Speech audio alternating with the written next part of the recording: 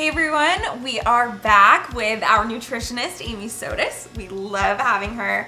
She teaches us so much about how to eat, and today we are going into the beauty of salmon. I love salmon. Salmon is one of my favorite foods, and it is so healthy. We're going to be making lemon and dill salmon, right? Yeah. Oh, sounds so good. Can you tell us about some of the health benefits of salmon? I know there's tons of protein, but I know it's a superfood for a reason, so tell us why. Sure. Actually, there's multiple categories even why it's a superfood. So First off, we'll talk about the good fats. I would say that's probably one of the most important ways that we can get good fat into our diet is with cold water fish. So there's a benefit there with the type of fat. So fats within that macronutrient category, there's all sorts of different fats. There's monosaturated fats, there's unsaturated fats. I mean, the list goes on and on. I'm not going to go into it today.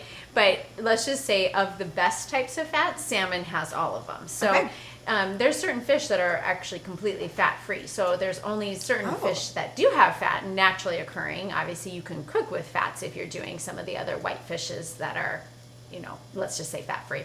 But the salmon in its nature, if you will, is a very fatty fish. It is a fatty fish. So it's a cold water, we hope reasonably sustainably sourced. That's important to me too, just from an ethics standpoint. Definitely. Although nutrition-wise, it doesn't change anything. But I just think as you're shopping for your fish, be willing to pay a little extra or look around and shop a little more, I guess, ethically if you can. Definitely. To find your salmon sources that would be wild caught. Love that. Okay. Yeah, versus farm raised. I love that. Fresh pole caught fish. Nothing like it.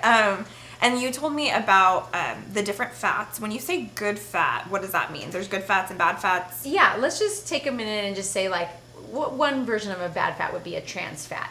That would be something like the brand name of Crisco or a hydrogenated vegetable oil that's solid, and it's it's a chemical essentially masquerading as a food, and so that would be in the category of bad fat. Then you have other fats that are kind of neutral, and actually food scientists disagree about what foods belong in that category. But then there's another group of fats that we'll say they're mono or polyunsaturated fats that they're fatty acids. So like avocado. Yeah, avocado falls in that. Olive oil, and then cold water fish. Salmon. And salmon falls in that. And salmon's not the only one, but I think it's probably one of the favorites of everybody everywhere. So if you want to get in your good fat category a serving, then salmon's awesome for that. And so delicious. And delicious. I mean, if prepared nicely and the fish itself is fresh and it's, I would say the pinker and the more brightly colored it has more nutrients. So some of the salmon I see that's been frozen or is farm raised, it's actually very white, or it doesn't really have that deep rich pink color. So look for that too as you're shopping. Deep rich pink and color. Not because it's an added color, but it's natural. Yes. Like if you went up to Alaska and you were fishing in Alaska for salmon, your salmon there caught would be very pink.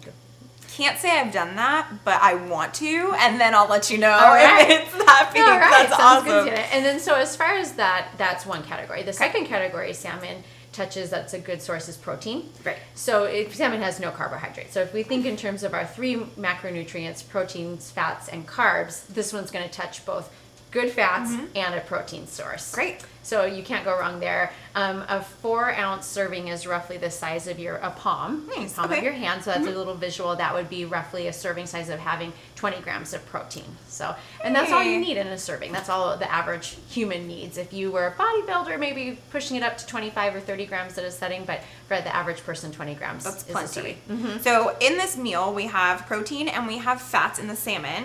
And so to get the third macronutrient, carbs, what will we add to the meal? So our meal today is going to be paired with a roasted Brussels sprout. And that meal maybe doesn't seem like a lot for most people, but if you're trying to go lower carbohydrate and less processed food, you could do just those two things together, roasted Brussels sprouts and salmon. But also if you're a person who wants a third dish, I would say adding a good whole grain here would be excellent. Like a quinoa or a barley or a farro, millet, or some alternative grains that people aren't widely cooked with that you might want to try. You could find those.